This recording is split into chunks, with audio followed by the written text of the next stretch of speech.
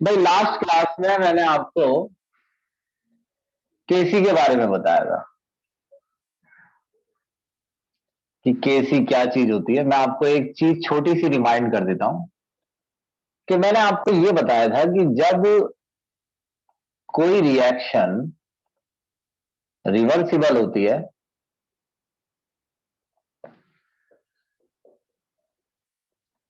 जब कोई reaction reversible होती है तो उसमें इक्विलिब्रियम अटेन हो जाता है, यानी rate of forward reaction rate of backward के इक्वल हो जाता है। रेट ऑफ फॉरवर्ड बराबर हो जाता है रेट ऑफ बैकवर्ड के। स्टोरी कुछ इस तरीके से थी कि मैंने आपसे कहा था कि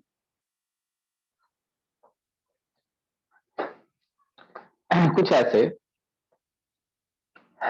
मैंने आपसे कहा था कि शुरुआत में रिएक्टेंट ज्यादा होता है तो प्रोडक्ट तेजी से बनता है, यानी फॉरवर्ड रिएक्शन फास्ट होती है। मगर जैसे जैसे प्रोडक्ट बढ़ता चला जाता है रिवर्स रिएक्शन का रेट भी बढ़ता रहता है और एक समय पर ये दोनों रेट इक्वल हो जाते हैं। एथलीट और बच्चे का एग्जाम्पल दिया था। सभी बातें मैंने उसे 1 घंटे के अंदर समझाई थी कि केसी क्या चीज होता है, कब निकाला जाता है, जो भी था उसके अंदर मैंने आपको समझाया था। तो जब हम केसी निकालते हैं इक्विलिब्रियम कांस्टेंट, इसका नाम बोलना सीखिए, ये आपको कई नंबर दिलवाएगा। इक्विलिब्रियम कांस्टेंट निकालते समय प्रोडक्ट की मोलर कंसंट्रेशन, जैसे मैंने बोला मोलर कंसंट्रेशन आप लोग मन में नहीं बोल रहे हैं कि इस शब्द को बस सुन रहे हैं, तो ये इसीलिए अचानक से आपसे कोई कहेगा कि यहां क्या लिखना है तो आप जल्दी से बोल नहीं पाएंगे। यहां लिखने हैं अमोनिया के मोल्स पर लीटर, यानी मोलर कंसंट्रेशन, इसको बोलते हैं मोलर कंसंट्रेशन। तो इसको बोलना सीखिए। एक तरीके से जब हम बोलते हैं कि मेरे को अमोनिया की मोलर कंसंट्रेशन लिखनी है तो मेरे को मोल्स लिखने होते हैं नीचे, फिर नीचे रिएक्टेंट N2। N2 की कोई पावर नहीं है, H2 की पावर 3 है। और मैंने आपको बताया था कि केसी में सिर्फ गैस और एक्वस लिखा जाता है। केसी के बारे में 3 बातें थे कि केसी इनिशियल कंसंट्रेशन, अब जैसे मैंने लिखा इनिशियल कंसंट्रेशन तो आपको इस शब्द पे पकड़ होनी चाहिए। जब भी मैं बोलता हूं इनिशियल कंसंट्रेशन तो इसका मतलब होता है शुरुआत में जो N2 और H2 के मोल्स लिए गए थे, जब आपने रिएक्शन स्टार्ट किया तो कितना N2 लिया है, कितना H2। N2 और H2 का मास नहीं, मोल्स। मोल्स मतलब मॉलिक्यूल्स की संख्या, तो उसे बोलते हैं मोलर कंसंट्रेशन। तो केसी इनिशियल कंसंट्रेशन पर डिपेंड नहीं करता।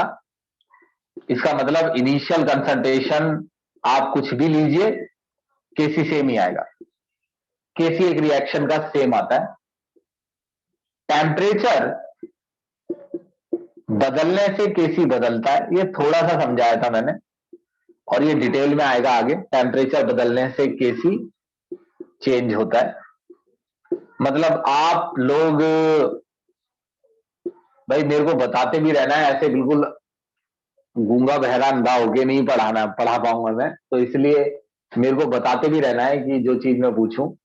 केसी के बारे में मैंने ये बताया था, एक चीज ये बताई थी टेम्परेचर बदलने से केसी चेंज नहीं होता। और एक सिंपल लैंग्वेज में मैं आपको बता दूं कि एक रिएक्शन का केसी जो होता है वो हमेशा सेम आता है। जब तक केसी सेम आता रहेगा, जब तक आप टेम्परेचर नहीं बदलेंगे। अलग अलग बच्चे रिएक्टेंट की अमाउंट अलग अलग लेंगे तो भी इक्विलिब्रियम अटेन होने पर जब आप वो केसी निकालेंगे तो वो सेम ही आएगा। इस चैप्टर में कभी भी मैं किसी को सलाह देता हूं, चाहे कंपटीशन हो चाहे सीबीएसई हो, कहीं पर भी मैं हमेशा यही सलाह देता हूं कि आपको थ्योरी में कुछ भी याद रखने की जरूरत नहीं होती है। शुरू में केसी कैसे लिखा जाता है, केसी का क्या मतलब है, केसी क्यों निकाला जा रहा है, इक्विलिब्रियम क्या होता है, दोनों तरफ का रेट इक्वल कैसे हो गया, रेट इक्वल होने का मतलब अमाउंट सेम होना जरूरी नहीं है। ये सभी बातें बस आपको ओरली ऐसे याद रखनी होती है। न्यूमेरिकल करना होता है। न्यूमेरिकल आपसे अगर ठीक से होंगे तो समझ लीजिए आपके चैप्टर में कोई दिक्कत नहीं। आप सुनिए, जैसे केसी होता है ना, ऐसे ये केपी होता है, केपी। अब वो पहले सबसे केपी सीखना है, यानी रिएक्शन का केसी भी निकाला जा सकता है और केपी भी। और बड़ा इंपॉर्टेंट होता है, दोनों की सेम वैल्यू होती है, चाहे केसी हो चाहे केपी। अब केपी के बारे में समझना जरा। केपी का नाम होता है इक्विलिब्रियम कांस्टेंट, ये भी इक्विलिब्रियम कांस्टेंट है। तो केपी है इक्विलिब्रियम कांस्टेंट, मगर इन टर्म्स ऑफ प्रेशर, ये प्रेशर से निकाला जाता है, इसीलिए इस पे पी लिखा है। और ये निकाला जाता है कंसंट्रेशन से, इसलिए इस पे सी लिखा है। अब आपको समझना है भाई, एक रिएक्शन है जिसमें यही वाली ले लेते हैं, N2 है एक गैस, 3H2 है गैस, 2NH3 है गैस, ये तीन चीजें गैस है। अब इस रिएक्शन में अगर मैं आपसे ये बोलूं कि इक्विलिब्रियम अटेन हो चुका है, एट इक्विलिब्रियम, ये रिएक्शन इक्विलिब्रियम पर है। इक्विलिब्रियम का मतलब है कि जितनी तेजी से अमोनिया बन रहा है।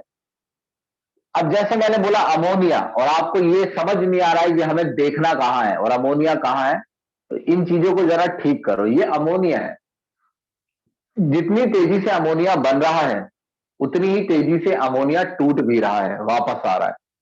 तो ये इक्विलिब्रियम अटेन हो गया है। जब इक्विलिब्रियम अटेन हो जाता है तो जो मोल्स होते हैं ना रिएक्टेंट के, वो बदलते नहीं है फिर। जैसे मैं कह दूं कि मेरे पास अमोनिया 20 मोल है इक्विलिब्रियम पर, 20 मोल तक तो ये बढ़ा, पहले 1 मोल बना, 2 3 4 5 6 7 8 9 10, फिर ये 20 मोल तक बढ़ा, फिर उसके बाद इसने बढ़ना बंद कर दिया, क्योंकि ये जितनी तेजी से बन रहा है उतनी सेम स्पीड से टूट रहा है। इतना आसान है कि अगर कोई चीज जिस स्पीड से बन रही है उसी स्पीड से गायब हो रही है तो उसकी अमाउंट में कोई चेंज नहीं आएगा समय के साथ। जैसे मान लीजिए N2 10 मोल है, मान लीजिए H2 30 मोल है, और एक बहुत जरूरी बात यह है कि ये मोल बदल नहीं रहे समय के साथ। हालांकि रिएक्शन चल रही है आगे पीछे दोनों तरफ, आगे भी पीछे भी, मगर सेम रेट से चल रही है, इसलिए मोल्स बदल नहीं रहे। अब देखते हैं मोल्स के साथ क्या नहीं बदल रहा है। तीनों एक ही बर्तन में है, जाहिर सी बात है, उसी बर्तन में N2 लिया गया है, उसी में ही H2 लिया गया है, और उसी बर्तन में अमोनिया बना होगा। ऐसा नहीं होता है कि अमोनिया बना और किसी दूसरे बर्तन में चला गया। अगर ऐसा होगा तो फिर इक्विलिब्रियम अटेन कैसे होगा, फिर वो टूटेगा कैसे? उसी बर्तन में ये सब कुछ हो रहा है, तीनों एक ही बर्तन में। तो तीनों का वॉल्यूम मान लीजिए लेट वॉल्यूम 10 लीटर है, मेरी बर्तन का वॉल्यूम 10 लीटर है और वो बदल नहीं रहा है। 10 ही लीटर लिया है मैंने, फिक्स वॉल्यूम लिया है और मेरे को बदलने की जरूरत भी नहीं है उससे। 10 लीटर का बर्तन, मैं ऐसा बर्तन क्यों लूंगा जिसका वॉल्यूम बदले? अगर मेरे को कोई रिएक्शन करवानी है तो मैं फिक्स वॉल्यूम का बर्तन लूंगा 10 लीटर, और साथ साथ टेम्परेचर में भी कोई चेंज नहीं आ रहा है। जब इक्विलिब्रियम अटेन हो जाता है टेम्परेचर भी नहीं बदल रहा है। अब आप ये देखिए, किसी भी एक को पकड़िए, जैसे N2, ना तो N2 का टेम्परेचर बदल रहा है, ना ही वॉल्यूम, ना ही मोल्स। चार कैरेक्टर होते हैं, प्रेशर, टेम्परेचर, वॉल्यूम, मोल्स।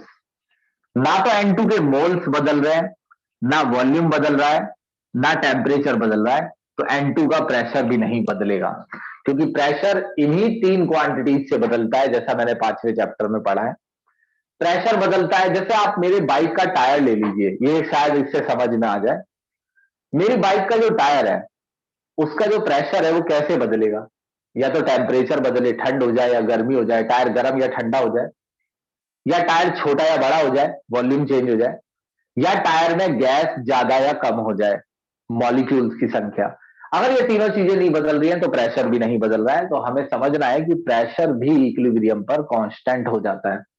तो अगर प्रेशर तीनों का कांस्टेंट है, और यहां एक बात और समझ लीजिए, कांस्टेंट प्रेशर है वो तो अच्छी बात है। देखो तीनों गैस अपना अपना प्रेशर डालती है कंटेनर पे। अमोनिया गैस के मॉलिक्यूल अपना प्रेशर डालते हैं, H2 गैस के मॉलिक्यूल अपना प्रेशर डालते हैं, N2 अपना।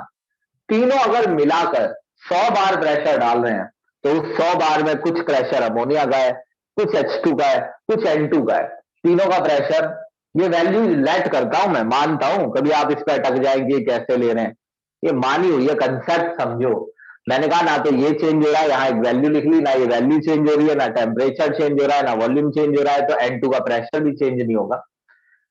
तो अगर प्रेशर चेंज नहीं होगा तो आप एक रेशियो निकाल सकते हैं केपी। केपी के लिए आप प्रोडक्ट का प्रेशर ऊपर लिखिए, जैसे अमोनिया गैस का प्रेशर, बर्तन में जो अमोनिया प्रेशर लगा रही है, अमोनिया का प्रेशर ऊपर उसका स्क्वायर, नीचे N2 का प्रेशर मल्टीप्लाई H2 का प्रेशर और उसका क्यूब। अब अगर ये प्रेशर नहीं बदल रहा है तो ये केपी भी बदलेगा नहीं, और ये केपी भी केसी की तरह एक रिएक्शन का हमेशा सेम आता है। सेम वैसे जैसे केसी के बारे में मैंने जो बातें बताई थी वही केपी के बारे में। बताइए, समझ आया KP? Yes sir. Yes sir. ठीक है,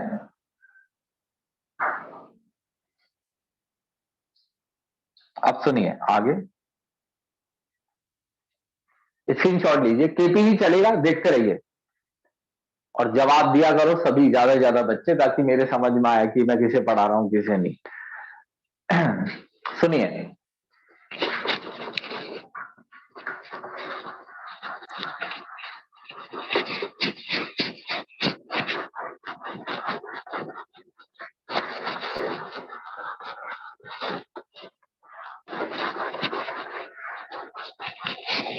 एक छोटा सा डेरिवेशन करना है, उसे देखना।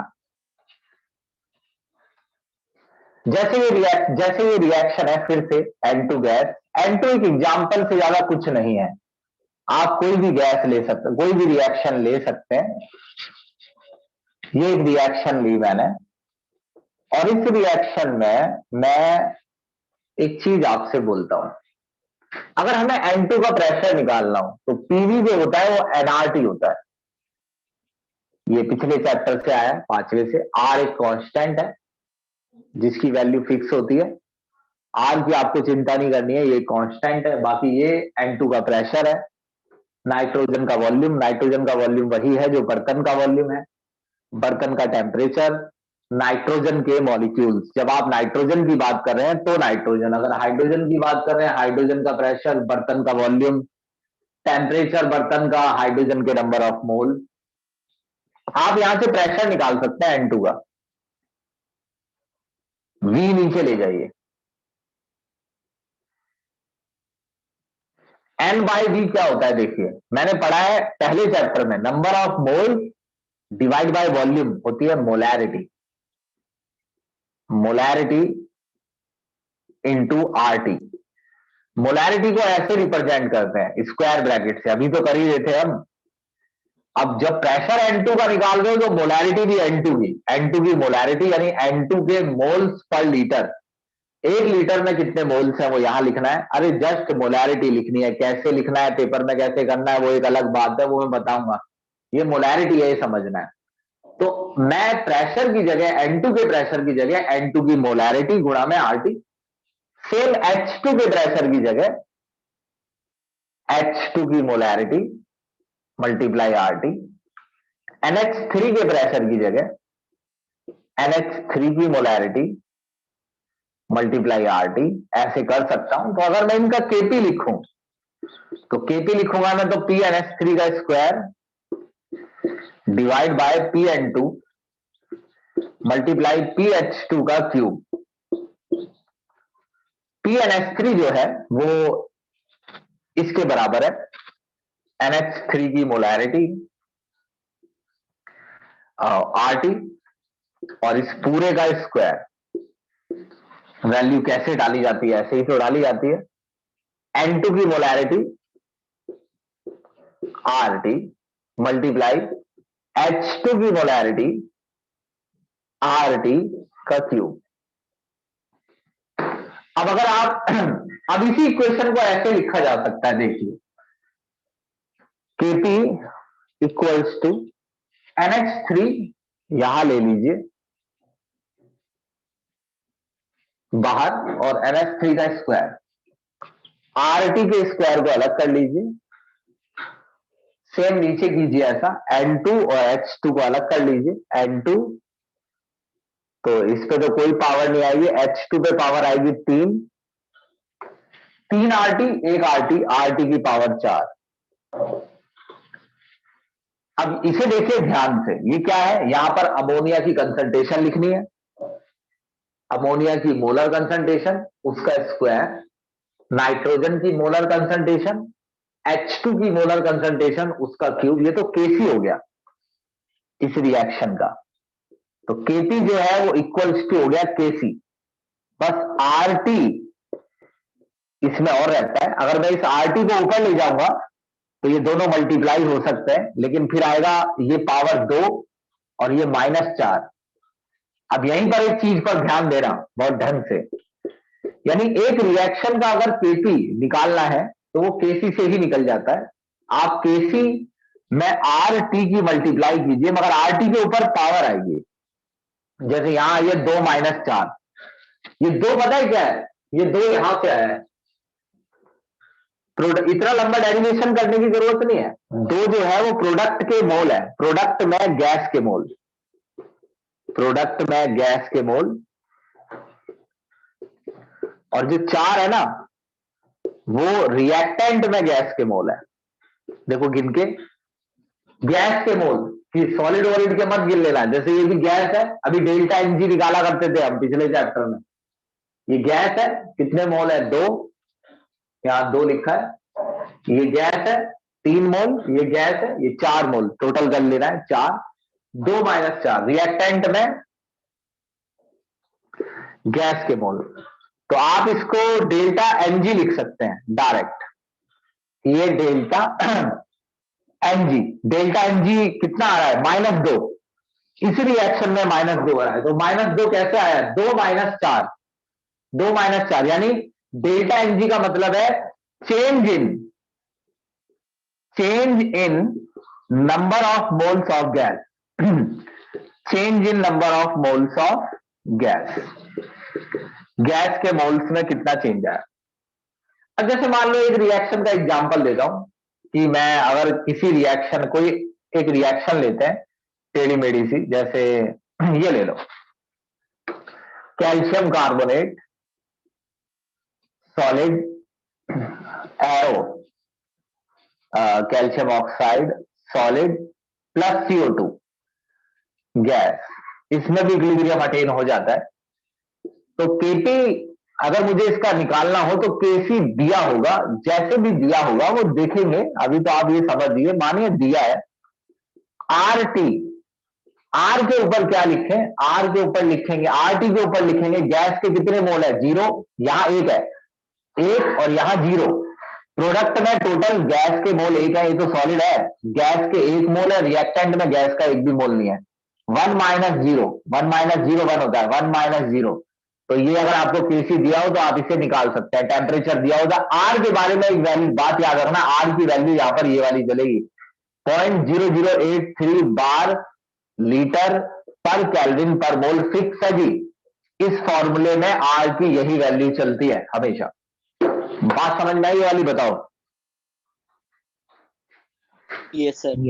Yes sir. थोड़ी सी इंक डाल लूं मैं, फिर आ रहा हूं भाई। आज हम इसका एक न्यूमेरिकल करेंगे, मे भी 2, है ना, एक न्यूमेरिकल बड़ा है एक छोटा है, कल हम स्पीड से करेंगे, अगली क्लास में हम काफी न्यूमेरिकल पकड़ेंगे इसके, तो तैयार रहिएगा, कहने का मतलब ये है। एक्स्ट्रा क्लास इवनिंग में तो अब मैं नहीं ले पाऊंगा, क्योंकि इवनिंग में तो अब मेरी क्लासेज होती हैं, लेकिन मॉर्निंग में मैं ले सकता हूँ 11 बजे कभी, अगर लेनी हो तो आप आ जाइएगा, मुझे कोई दिक्कत नहीं है सर। बट हम ऐसे डायरेक्ट थोड़ी कर सकते हैं सर, क्योंकि सब्जेक्टिव पेपर है ना। क्या डायरेक्ट करना है सर ये जो 2 - 4 वाला Kc इंटू डायरेक्ट। अच्छा, मतलब फॉर्मूला डायरेक्ट नहीं लगा सकते। Yes sir. नहीं, डायरेक्ट लगा सकते हैं। न्यूमेरिकल आएगा तो वो केसी देगा, जैसे रिएक्शन भी है, अगर रिएक्शन का केसी दिया है तो डायरेक्ट लगता है फॉर्मूला। तो मैथ में भी फॉर्मूला ड्राइव करते हैं, लेकिन यूज तो डायरेक्ट ही करते हैं, हर बार थोड़ी ड्राइव करते हैं। Yes sir. वैसे ही डायरेक्ट लगाना है। जब वो ये कहे कि फॉर्मूला ड्राइव करो तो ड्राइव करना होता है। Okay sir.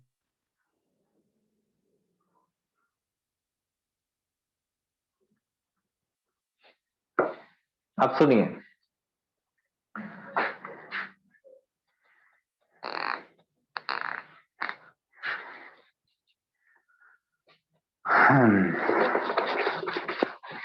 अभी एक दो तीन चीजें और हैं, छोटी छोटी, जरा उन्हें पकड़िए।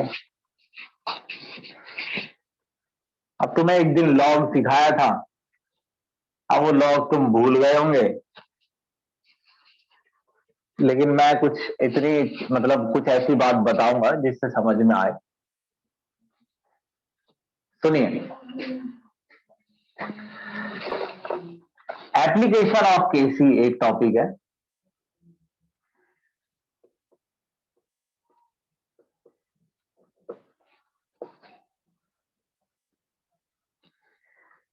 देखो, इसमें टॉपिक तुम पढ़ोगे ना, तो मैं तुम्हें पहले ही बता दूं, बुक से मिसमैच दिखेंगे, मीनिंग आगे पीछे दिखेंगे, आपको लगेगा ये पैराग्राफ था, सर ने ये रीड नहीं किया।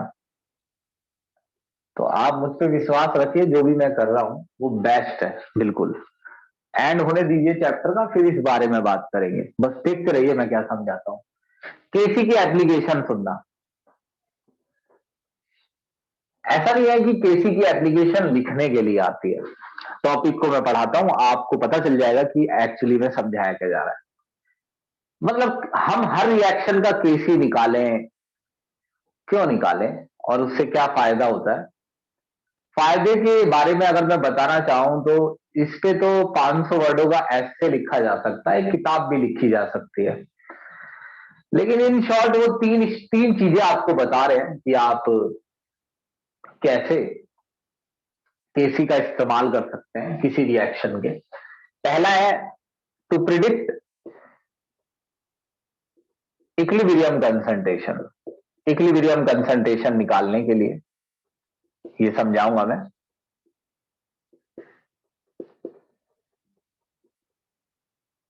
फ्रॉम इनिशियल कंसंट्रेशन,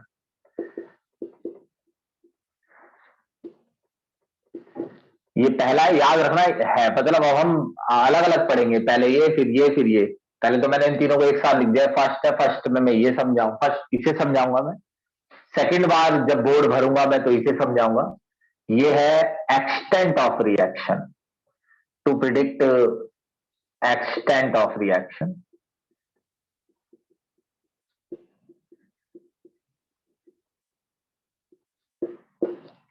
ये समझाऊंगा मैं। तीसरी बारी में समझाऊंगा to predict direction of reaction, reaction की डायरेक्शन निकालने के लिए।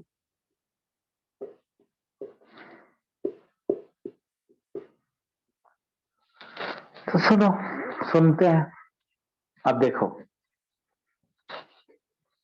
पहला, इसे यहां, इसके लिए न्यूमेरिकल करना पड़ेगा जी, फर्स्ट के लिए।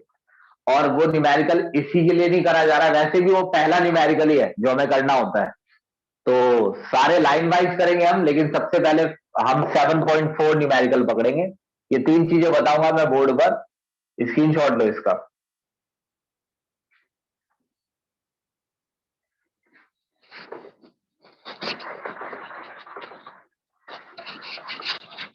सबसे पहले जो 4.4 है उसे कई बार करना है, एक बार नहीं, कई बार पूरा सॉल्व। तो फर्स्ट एप्लीकेशन जो है केसी की, वो कुछ ऐसे है। वही न्यूमेरिकल्स की कैलकुलेशन नहीं करूंगा मैं, आप याद रखिएगा, कैलकुलेशन आपको आनी चाहिए। फर्स्ट एप्लीकेशन है टू प्रिडिक्ट इक्विलिब्रियम कंसंट्रेशन। डाल देते हैं एक बार और हेडिंग। तो इक्विलिब्रियम कंसंट्रेशन निकालनी है।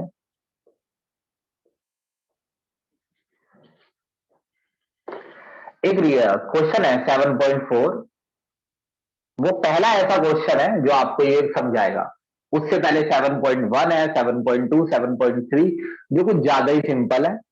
तो 7.4 सबसे पहले करा रहा हूं मैं।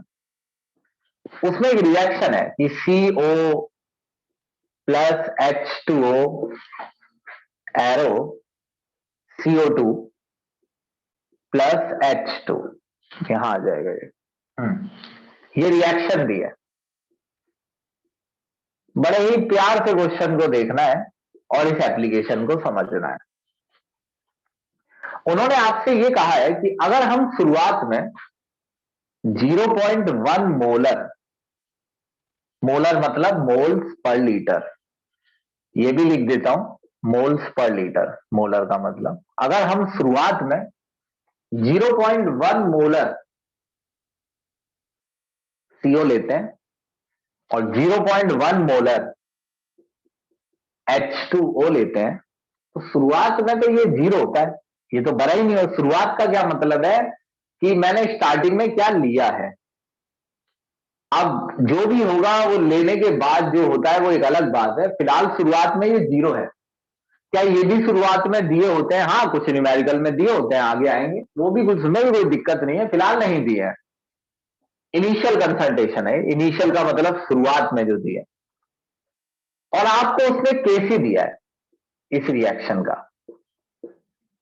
अब आपको केसी के इस्तेमाल से, बहुत ध्यान से सुनना जो वर्ड में बोलने वाला हूं, आपको उसने केसी दिया है, दो चीजें दी हैं, और मैं इसे 4-5 बार बोलता हूं कि आपको गिवन क्या है। आपको दो चीजें गिवन है, एक तो आपको केसी गिवन है रिएक्शन का, और आपको इनिशियल कंसंट्रेशन दी हुई है, शुरुआत वाली अमाउंट और केसी, शुरुआत वाली अमाउंट और केसी। शुरुआत वाली अमाउंट और केसी की मदद से आपको इक्विलिब्रियम कंसंट्रेशन निकालनी है।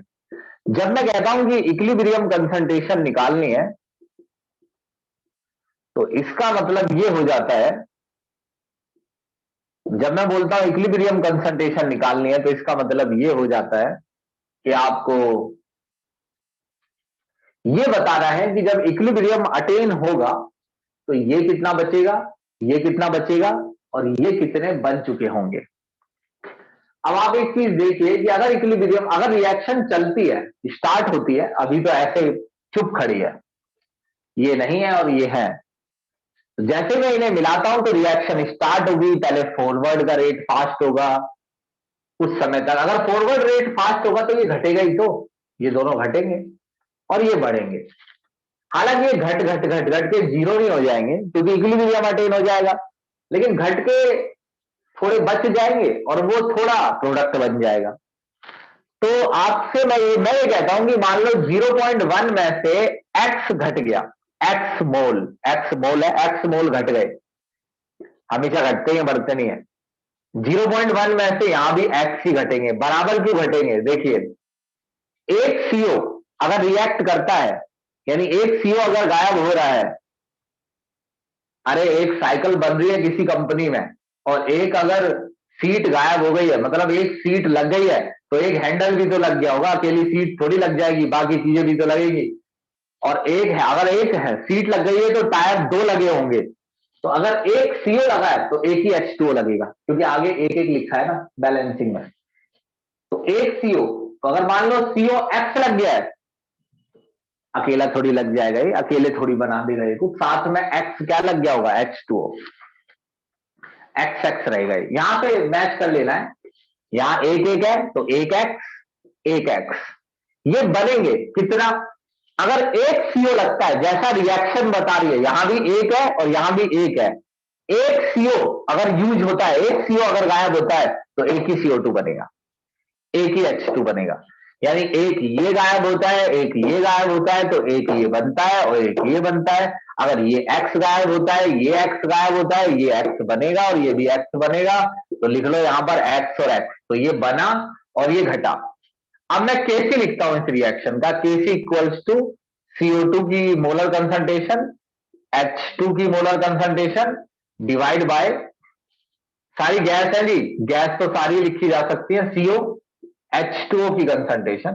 अब मैं वैल्यू डाल देता हूं, केसी की है 4.24, यहां X multiply X divide by 0.1 minus x, equilibrium पे जो वैल्यू है ये 0.1 माइनस एक्स आपने मानी है, इक्विलिब्रियम पर वैल्यू है 0.1 माइनस एक्स, 0.1 माइनस एक्स, ये एक्स एक्स। अब ये आ गया आपका 4.24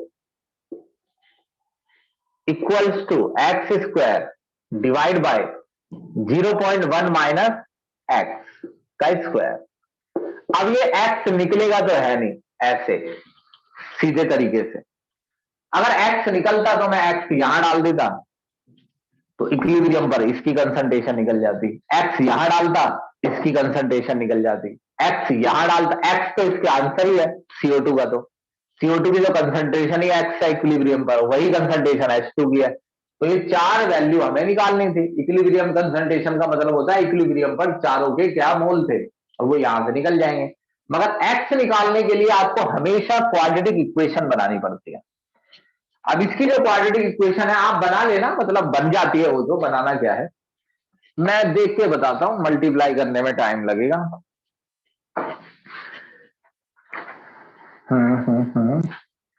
इसकी जो क्वाड्रेटिक इक्वेशन है वो है 7.4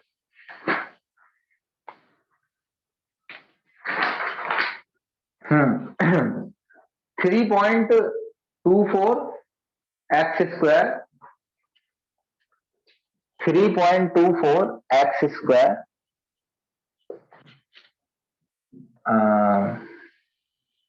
minus 0.0848 x plus 0.0424 equals to 0। इसमें एक सवाल बच्चे के मन में आ सकता है, वो ये है कि क्या ये अपने आप बनती है? जी अपने आप ही बनती है, लेकिन बनानी भी पड़ती है। जो एक्स स्क्वायर के साथ आए वो सबसे आगे लिखना है, जो एक्स के साथ आए वो सेकंड नंबर पर, और जिसके साथ कोई भी वेरिएबल ना आए उसे पीछे लिखना है। तो ये जो फॉर्म है ये हमने पहले पढ़ी थी, a x square plus b x plus c equals to 0। इसे सॉल्व करने का बड़ा आसान तरीका होता है, ये अपने आप बन जाएगी जब आप मल्टीप्लाई करेंगे। बस आपको ये देखना है कि जो एक्स स्क्वायर वाला है उसको आगे लिखना है, और जो एक्स वाला है उसको पीछे, और सबसे पीछे इसे। अब इसमें ये जो है इसे कहते हैं ए है 3.24, इसको कहते हैं बी, और बी माइनस में माइनस 0.0848, और ये है सी प्लस में 0.0424, और एक क्वाड्रेटिक फॉर्मूला होता है माइनस एक्स। अगर एक्स आपको निकालना है तो आपको minus b plus minus b square minus 4ac, ये 10th में ही आ जाती है जी, ऐसा कोई नहीं है जिसने इसे पढ़ा ना हो। 2a एक्स निकालने के लिए है पढ़ा है ना? डिस्क्रिमिनेंट। हाँ तो यहां डालिए माइनस बी, बी कितना है माइनस 0.0848। हाँ एक चीज, इसके दो सॉल्यूशन होंगे, एक्स की दो वैल्यू आएंगी। प्लस माइनस का मतलब यह है कि एक बार तो आपको प्लस करना है और एक बार आपको माइनस करके निकालना है। इसकी दो पॉसिबिलिटी होती है आंसर की, यानी एक्स की दो वैल्यू आएंगी, एक ही सही होगी, और मैं बताऊंगा कैसे पहचाननी है। एक बार माइनस होना चाहिए, यहां सब कुछ सेम है, देख लो जो अंतर दिख रहा है वही अंतर है, बस यहां माइनस है यहां प्लस है। अब यहां वैल्यूज डाल लो, x1 में डाल लो माइनस बी, ये भी माइनस में ये भी माइनस में, तो ये प्लस हो जाएगा 0.0848 माइनस बी स्क्वायर, कहां है बी, ये फिर से बी है, माइनस 0.0848 का स्क्वायर। भाई ये सॉल्व हो जाता है रूट आसानी से, आसान वैल्यू आएगी, सॉल्व करके देखना। माइनस 4ac, ये भी रूट में ही है, ए कितना है 3.24, और सी कितना है, अबे सी इतना लंबा है, इसको इधर कैसे करूं मैं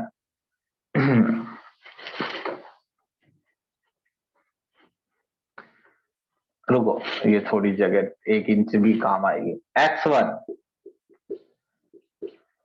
minus b 0.0848 plus b square 0.0848 minus का है, इसका स्क्वायर -4, ए कितना है 3.24, सी कितना है 0.0424 डिवाइड बाय ए, 2 इंटू ए। अब ये आसान न्यूमेरिकल है, इस चैप्टर का, ये कठिन नहीं है, ये वाला तो आसान है। ए 3.24। अब आपको इसे सॉल्व करना है, आप इसे सॉल्व कीजिएगा, जब दिक्कत आए तब पूछिएगा, मैं इसे सॉल्व नहीं करने वाला हूं क्योंकि इसका एक कारण है, मैं बताता हूं। अगर मैं आपको कोई एक सॉल्यूशन करके दिखाता भी हूं और आपको मैथ्स में आता ही नहीं है सॉल्यूशन करना, मल्टीप्लाई डिवाइड करना, तो ये आपको कोई नहीं सिखाएगा, मैं तो खास तौर पे नहीं सिखाऊंगा। आपको मल्टीप्लाई डिवाइड करना आना चाहिए, रूट निकालना, तब आप x1 निकालेंगे। दो वैल्यू आएंगी, देखना, एक x1 आएगा 0.19 समथिंग 48 के करीब, और एक x2 आएगा जो वो आएगा 0.067। इसमें ये आंसर सही नहीं है, ये सही नहीं है, ये सही है। ये सही इसलिए नहीं है क्योंकि जो हमारी इनिशियल कंसंट्रेशन है वो 0.1 है, जब हमने लिया ही 0.1 है तो 0.1 से ज्यादा रिएक्ट कैसे कर सकता है? x है क्या, कितना रिएक्ट कर गया है, लिया 0.1, जितना लिया नहीं उससे ज्यादा रिएक्ट कैसे कर गया, 0.19 कैसे रिएक्ट कर गया जब था ही नहीं 0.19। तो जो जो x है वो इससे छोटा होना चाहिए, इससे छोटा x2 है। अब यहां आप x2 डालेंगे, यहां x2 डालेंगे, यहां डालेंगे, यहां डालेंगे, चारों का आंसर निकल जाएगा। अब बताओ, कर लेंगे आप इसे, बताइए। Yes, sir. भाई समझा आपने ये x कैसे निकालना है? जल्दी बताइए, अगला क्वेश्चन करूंगा। Yes sir. Yes sir. Yes, sir. ठीक है, अब सुनिए 7.5 देखना, स्क्रीनशॉट लो इसका।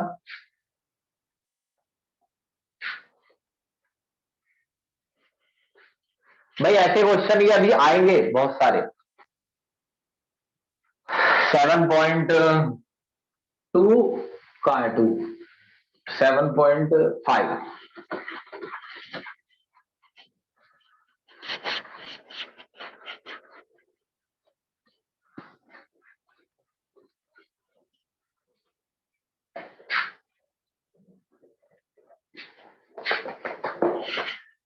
जो 7.5 है वो क्वेश्चन है 2NOCl gas 2NO plus Cl2 gas है जी, ये सब कुछ। केसी दे रखा है 3.75 इंटू 10 की पावर -6, टेम्परेचर दे रखा है 1069 केल्विन, केपी निकालना है। हो गया question, KP equal to KC RT delta n. KC दे रखा है जी 3.75 इंटू 10 की पावर -6, आर की वैल्यू 0.083 वाली डालनी है, टेम्परेचर 1069 डालना है, डेल्टा एन निकालो। गैस के कितने मोल है? 3, गैस के कितने मोल है? 2, 3 - 2 हो गया जी क्वेश्चन। केसी दिया था, टेम्परेचर दिया था, केपी निकालना है। 7.6 पे आ जाइए जी फटाफट, इसकी भी क्वाड्रेटिक इक्वेशन बनेगी। CO2 gas plus C solid 2CO gas. इसमें एक चीज थोड़ी सी अलग होगी, एक दो बातें। 7.6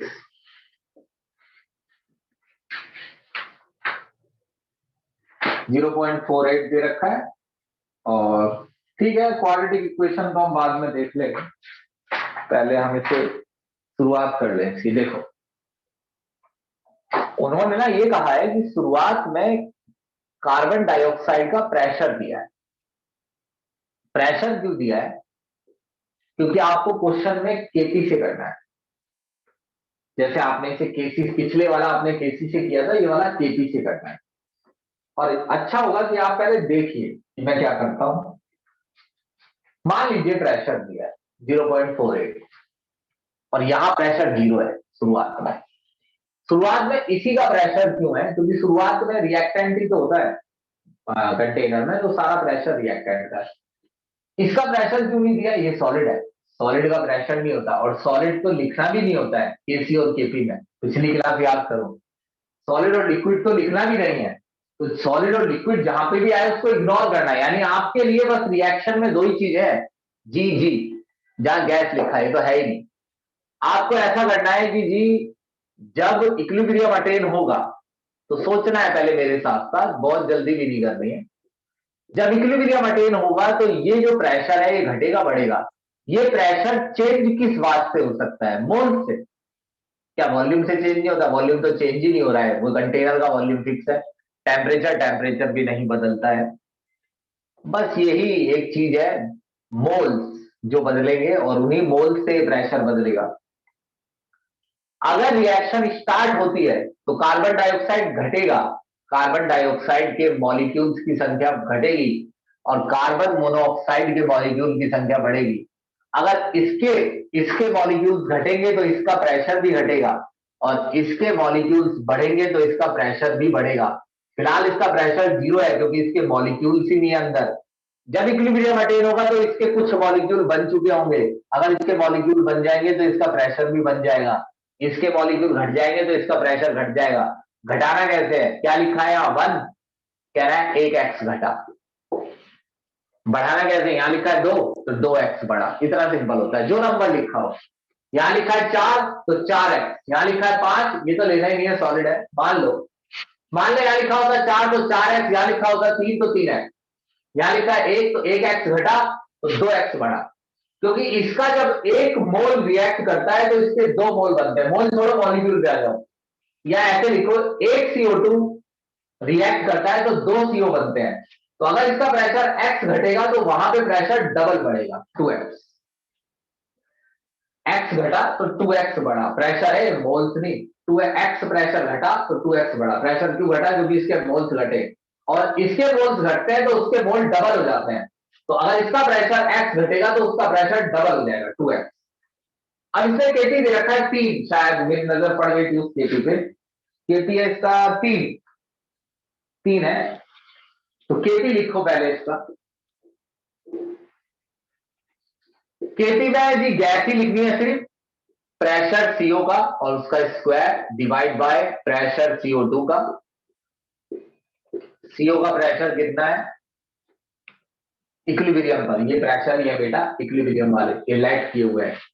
CO का 2x है, 2x का स्क्वायर हो जाएगा, CO2 का ये रहा 0.48 माइनस x, ऊपर वाला मत लिख देना, ये इक्विलिब्रियम पे नहीं है। अब जो Kp है वो 3 है, अब इसमें फिर से क्वाड्रेटिक इक्वेशन बन जाएगी, और वो क्वाड्रेटिक इक्वेशन कुछ इस प्रकार है कि 4x square plus 3x minus 4.44 equals to 0, ये क्वाड्रेटिक इक्वेशन है इसकी। अब आपको इसके सॉल्यूशन करने हैं, एक प्लस से एक x1 निकालना है, यहां पर जो x है वो प्रेशर है, और एक x2 निकालना है। x1 प्लस वाले से निकालना है, मान लो प्लस वाला x1 है, माइनस वाला x2 है। तो माइनस वाले से क्या आता है और प्लस वाले से क्या आता है, एक बार देखते हैं। प्लस वाले से आया है इनका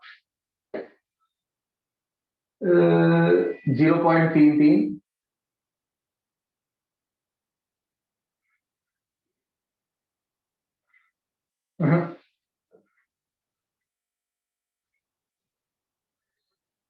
माइनस वाले से, जो माइनस वाला है इन्होंने लिख के दिया हुआ है कि जो माइनस वाला है ना, उससे जो x2 आ रहा है वो नेगेटिव आ रहा है।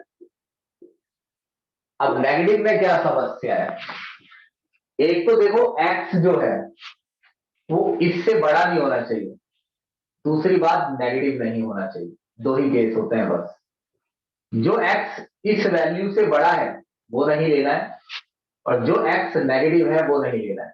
लेट्स सपोज कि अगर x की वैल्यू माइनस में है और वो 2 आ जाती है, माइनस में 2, और मैं उसे यहां डाल देता हूं -2, तो ये तो प्लस हो जाएगा, तो प्रेशर बढ़ जाएगा, 0.48 का जगह 2.48 हो जाएगा। तो प्रेशर बढ़ थोड़ी रहा है समय के साथ। जब आपने यहां से रिएक्शन स्टार्ट किया है तो रिएक्शन उसी तरफ भागेगी और प्रेशर घटेगा।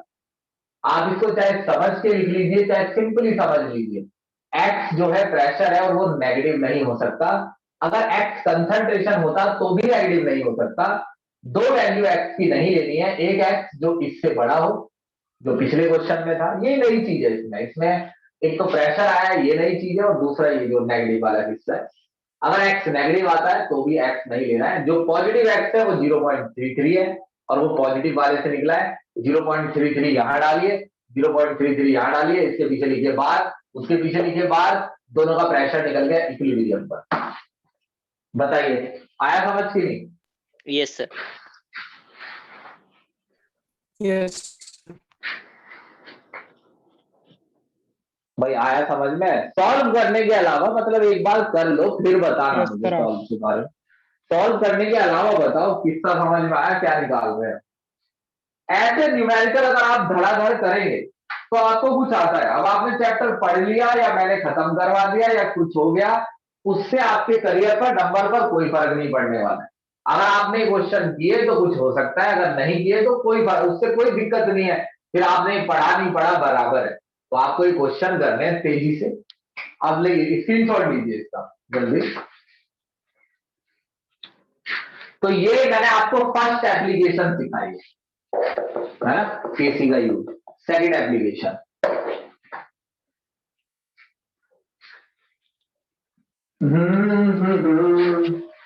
ये हवा कहती है क्या तुमसे मेरी जान। सेकंड और थर्ड एप्लीकेशन आसान है, और सेकंड का भी एक थर्ड एप्लीकेशन का एक न्यूमेरिकल है, उसे भी अभी कर लेंगे हैंड टू हैंड। देखो सेकंड एप्लीकेशन इजी है, इसको एक एग्जांपल से समझना है और थोड़ा स्लो हो जाओ, रिलैक्स होके बैठ जाओ। मतलब ये मत सोचो कि कब खत्म है और कब मैं जाऊं यहां से। आराम से जरा समझ।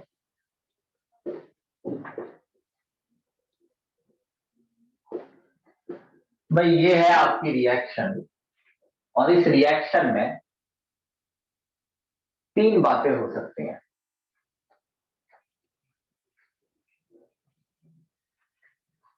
देखिए इक्विलिब्रियम का एक किस्सा क्या है, हमें एथलीट और बच्चे से ही समझना चाहिए।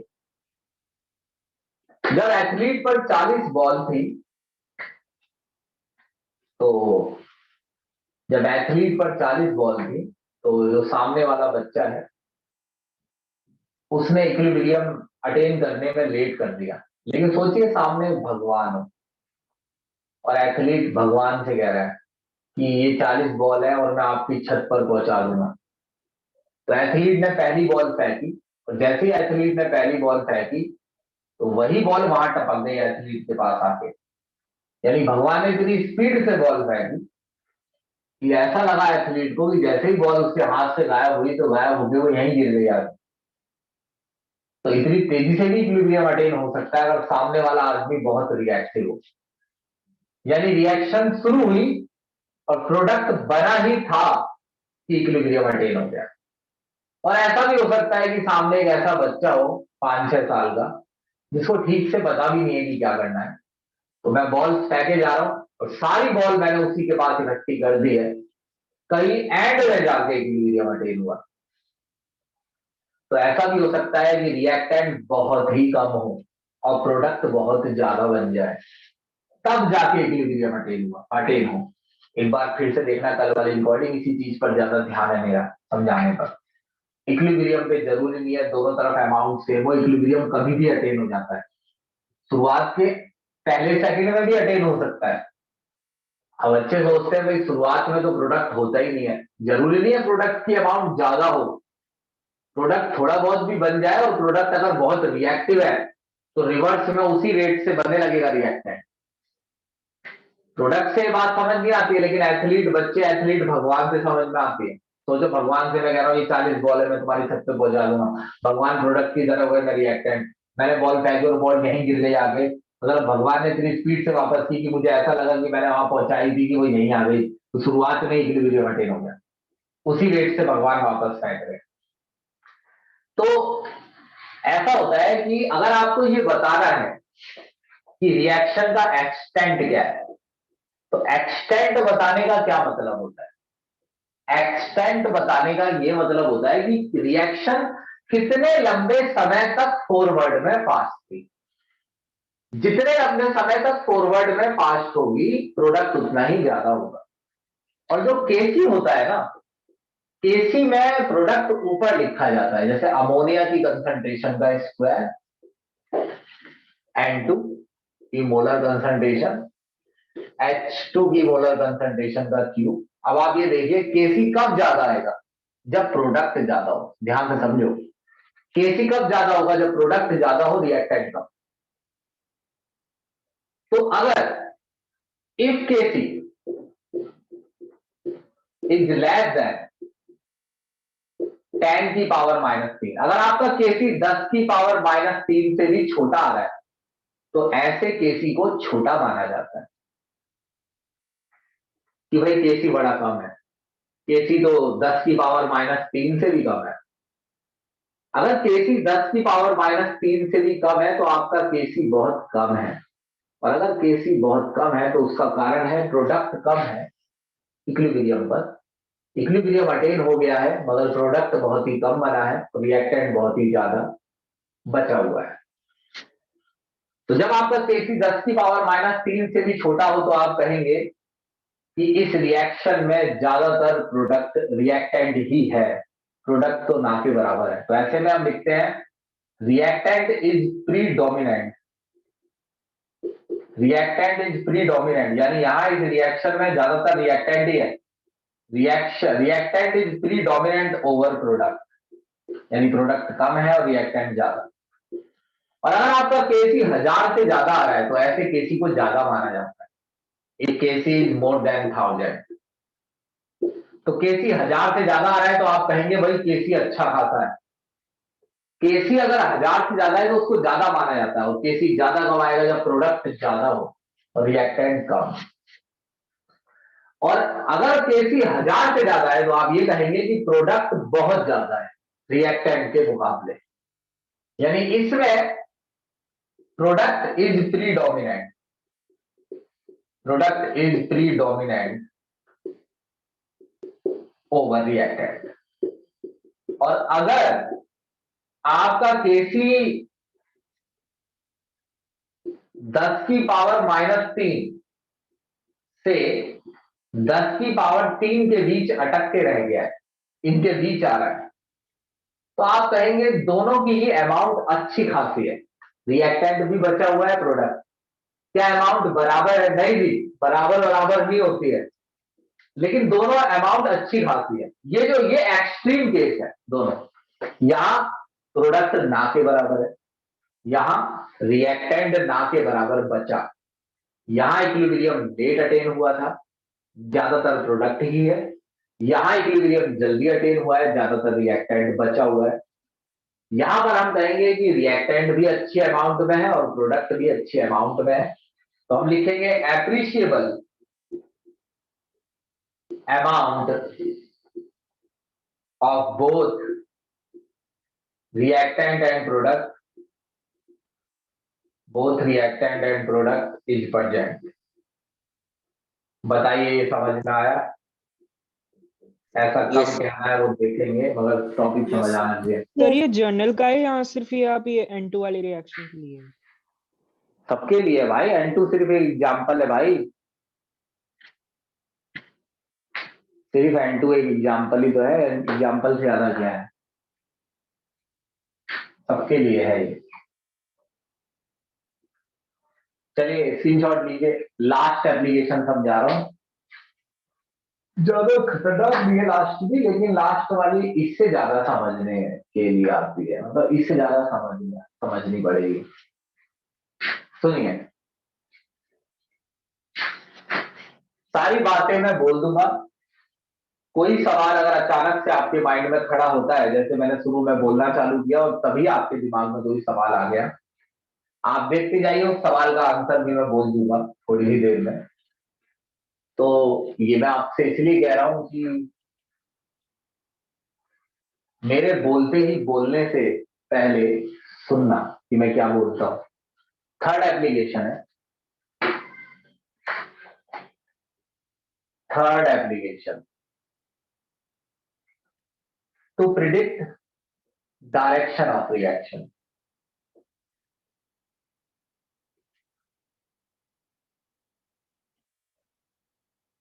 आप फिर से एक बार फर्स्ट क्लास देख लीजिए और फिर इसे देखिए, आपको समझ में आएगा कि सब कुछ इसमें मैंने बोला हुआ है और कोई गड़बड़ नहीं हो सकती थी अगर आप शुरुआत से ही पहले ही दिन वाली लेक्चर को पकड़ के रखते। अब सुनिए,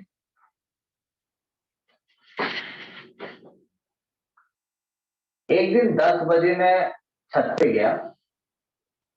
सुनिए ध्यान से, एक दिन मैं 10 बजे छत पे गया तो मैंने देखा N2 और H2 आपस में लड़ रहे हैं, NH3 बना रहे हैं। NH3 से लड़ाई हो रही है, मतलब NH3 वापस N2H2 बना रहा है। मगर मेरे को क्या मालूम कि इक्विलिब्रियम अटेन हो रखा है यार। मैं तो अभी छत पे आया हूं, मेरे को तो पता भी नहीं लड़ाई कब चालू हुई। हाँ, रिएक्शन दोनों तरफ चल रही है, रिवर्सिबल है तो दोनों तरफ ही चलती है। अब इन दोनों को मिलाओगे तो दोनों तरफ ही चल बैठेगी, क्योंकि प्रोडक्ट बन जाएगा और वापस रिएक्टेंट बनाएगा। मेरे को नहीं मालूम है, क्लियरली सुन लीजिए, कि रिएक्शन में इक्विलिब्रियम अटेन हुआ भी है या नहीं, लेकिन मेरे को इसका केसी मालूम है, क्योंकि इसका केसी फिक्स है रूम टेम्परेचर पर, या नॉर्मल जो टेम्परेचर होता है उस पर केसी 100 दे रखा है इसका। मेरे को इसका केसी तो मालूम है, क्योंकि केसी एक फेमस चीज है। हर रिएक्शन का केसी आपको नेट पर, टेबलों में, किताबों में मिल जाएगा। तो इस रिएक्शन का केसी मेरे को मालूम है, लेकिन मेरे को नहीं पता कि फिलहाल ये रिएक्शन इक्विलिब्रियम पर है या नहीं। तो मैंने एक काम किया कि ये पता लगाना तो बड़ा आसान है। 10 बजे जब मैं ऊपर आया था तो उसी समय अमोनिया के कितने मोल थे, डिवाइड बाय N2 के कितने मोल है, मोल पर लीटर, H2 के कितने मोल है, उसका क्यूब। अगर ये वैल्यू 100 आ गई तो इक्विलिब्रियम अटेन हो रखा है, क्योंकि इसका इक्विलिब्रियम पर इनका जो रेशियो है वो 100 आता है, फिक्स होता है ना केसी हर रिएक्शन का। 100 लेट किया हुआ है, माना हुआ है, कुछ भी आता होगा, इसका जो भी केसी होता है वो केसी है। ये मैंने 100 कर दिया है तो भाई, लेकिन मैं यहां पर केसी नहीं लिख सकता। क्यों? अगर मैं यहाँ केसी लिख देता हूं तो मेरे को केसी तब लिखना होता है जब मेरे को कंफर्म हो कि ये जो कंसंट्रेशन मैं लिख रहा हूं ये इक्विलिब्रियम वाली है। ये मेरे को कंफर्म होना चाहिए, तब मैं यहाँ केसी लिखता हूं। लेट सपोज कि अगर मान लो इसे डिवाइड करने पर 100 नहीं आया तो केसी तो 100 है, और 100 नहीं आया, मान लो 80 आया, तो वो केसी थोड़ी हो जाएगा। जब आपको पता ना हो कि आपको ये जो आप मोल्स लिख रहे हैं, यानी 10 बजे जब आप ऊपर आए थे, लड़ाई चल रही थी, तो इक्विलिब्रियम अटेन था या नहीं आपको नहीं पता है, तो फिर के नहीं क्यूसी लिखना है। क्यूसी लिखा जाता है जब आपको ना मालूम हो या ना बोला गया हो क्वेश्चन में कि इक्विलिब्रियम अटेन हुआ है या नहीं। इनके मोल्स दे रखे हैं मगर ऐसा नहीं बोला है कि ये मोल्स इक्विलिब्रियम पर है। क्या हमको सोचना पड़ेगा ऐसा कि क्यूसी लिखूंगी केसी, या मैं आगे वाले से पूछूं भाई इसमें केसी लिखना है या क्यूसी? ऐसा कुछ नहीं है। क्वेश्चन आएगा, मैं आपको साफ साफ दिखा दूंगा कि केसी क्यूसी कब लिखना होता है। अभी के लिए आप ये समझिए, क्योंकि हमको नहीं मालूम है कि जो मैं मोल्स लिख रहा हूं ये इक्विलिब्रियम वाले हैं, इसलिए मैं केसी नहीं लिख रहा हूं। जब नहीं मालूम होता है तो क्यूसी लिखते हैं। अच्छा, मेरा जो क्यूसी है वो मैंने जब निकाला तो वो केसी से कम आ रहा है। यहीं से पता चल रहा है इक्विलिब्रियम अटेन नहीं हो रखा है। अगर इक्विलिब्रियम अटेन हो रखा होता तो ये दोनों बराबर आते, क्योंकि दोनों सेम ही तो चीज है। केसी भी ऐसे निकलता है, क्यूसी भी। तो इक्विलिब्रियम अगर अटेन नहीं हो रखा है, क्योंकि ये दोनों बराबर नहीं आ रहे हैं, तो इक्विलिब्रियम अगर अटेन नहीं हो रखा है तो रिएक्शन या तो फॉरवर्ड वाली फास्ट है या रिवर्स। हमको ये बताना पड़ेगा कि कौन सा रेट फास्ट है, फॉरवर्ड वाला या रिवर्स। इसके लिए समझिए, इस रिएक्शन में कभी ना कभी तो इक्विलिब्रियम अटेन होगा 5 मिनट बाद। अगर ये रिएक्शन रिवर्सिबल है तो फिलहाल इसमें चाहे कुछ भी हो रहा हो, लेकिन कुछ समय बाद ये लड़ाई इक्विलिब्रियम पर आकर खत्म होगी। और जब इक्विलिब्रियम अटेन होगा तो Kc 100 आएगा। तो ये जो Qc है ये समय के साथ, फिलहाल मान लो ये 80 आया है, ये समय के साथ 81, 82, 83 बढ़ेगा। बढ़ेगा क्यों? क्योंकि इस रिएक्शन में ये रेशियो इक्विलिब्रियम अटेन होने पर 100 आने वाला है, और इक्विलिब्रियम इसमें अटेन होके रहेगा, और अगर होके रहेगा तो ये वैल्यू 100 भी होके रहेगी। तो आपका Qc 80 नहीं रहेगा, 81, 82, 83, 84, 85, 86 करते करते करते करते 100 पर आकर रुक जाएगा। तो यानी Qc को अभी बढ़ना है, बढ़कर Kc के बराबर होना है। यानी समय ये कहता है कि समय के साथ Qc बढ़ेगा, ये नियम है रिएक्शन का, और बढ़कर Kc के बराबर हो जाएगा। तो Qc बढ़ कैसे सकता है? जब ऊपर वाली वैल्यू बढ़े, और ऊपर वाली वैल्यू कब बढ़ेगी? जब फॉरवर्ड का रेट फास्ट रहे। तो यानी इस समय rate of forward reaction fast है। बताओ ये बात समझ में आई कि नहीं? बताओ। Yes sir. Yes sir. इसका दूसरा पार्ट, दूसरे दिन मैंने, मतलब थोड़ी देर बाद या किसी दूसरे दिन किसी दूसरे जन्म में मैंने फिर से Qc निकाला। अमोनिया की कंसंट्रेशन का स्क्वायर, N2H2 की कंसंट्रेशन का क्यूब, और इस बार Qc ज्यादा है। तो अगर Qc ज्यादा है, वो ये Kc तो वही है 100, कहां गया 100? ये रहा। अगर Qc ज्यादा आ रहा है, 120 आ रहा है मान लो, अगर Qc 120 आ रहा है तो टाइम बीतने पर भी क्या ये 120 रहेगा, या 130 हो जाएगा, या 120 से नीचे आएगा? इस रिएक्शन में ये रेशियो इक्विलिब्रियम अटेन होने पर 100 ही आता है, और इक्विलिब्रियम अटेन होकर रहेगा, और होकर रहेगा तो ये रेशियो भी 100 होकर रहेगा।